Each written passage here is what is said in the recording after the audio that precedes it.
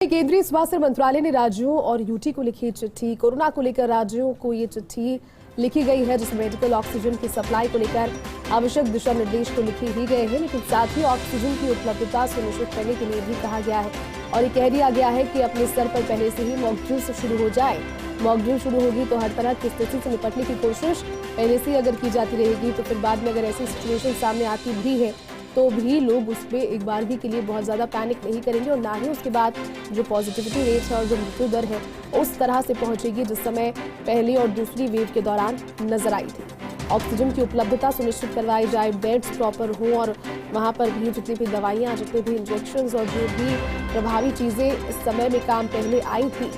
वो सभी चीज़ें उपलब्ध हों और उनकी उपलब्धता सुनिश्चित करने की जिम्मेदारी दी गई है। इस पत्र के माध्यम से कह दिया गया है कि आप लगातार मॉक ड्रिल करें। जो बड़े अस्पताल है उसमें ये देखें कि अगर अचानक से लोगों के पहुंचने का सिलसिला या फिर मरीजों का दबाव, कोविड पेशेंट्स का दबाव वहां पर बढ़ता है तो क्या फिर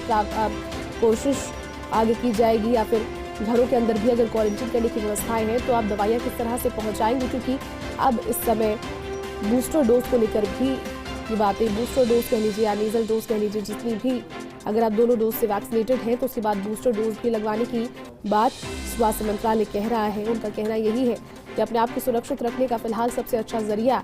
बूस्टर डोज ही होगा, क्योंकि अगर दोनों डोजेस से आप वैक्सीनेटेड हैं तो बूस्टर उसमें आपकी रोग प्रतिरोधक क्षमता को बूस्ट करने का काम करेगा, जो कि कोरोना के खिलाफ लड़ाई में आपका सहायक बनेगा। तो ये पत्र राज्यों को लिखा गया है, यूटी को लिखा गया है। इस पत्र के अंदर लिखा गया है कि आप सुनिश्चित करें कि ऑक्सीजन आपके पास पर्याप्त है, हर स्थिति से निपटने की कोशिश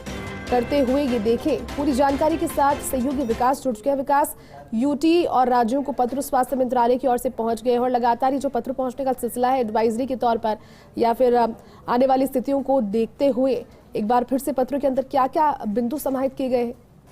देखिए, बिल्कुल इस वक्त कोरोना की जो नई वेरिएंट है, सब वेरिएंट है ओमिक्रॉन की, उसको लेके पूरे सभी जगह पे चिंता का माहौल है, डर का माहौल है। उसको देखते हुए जिस तरह चाइना के अंदर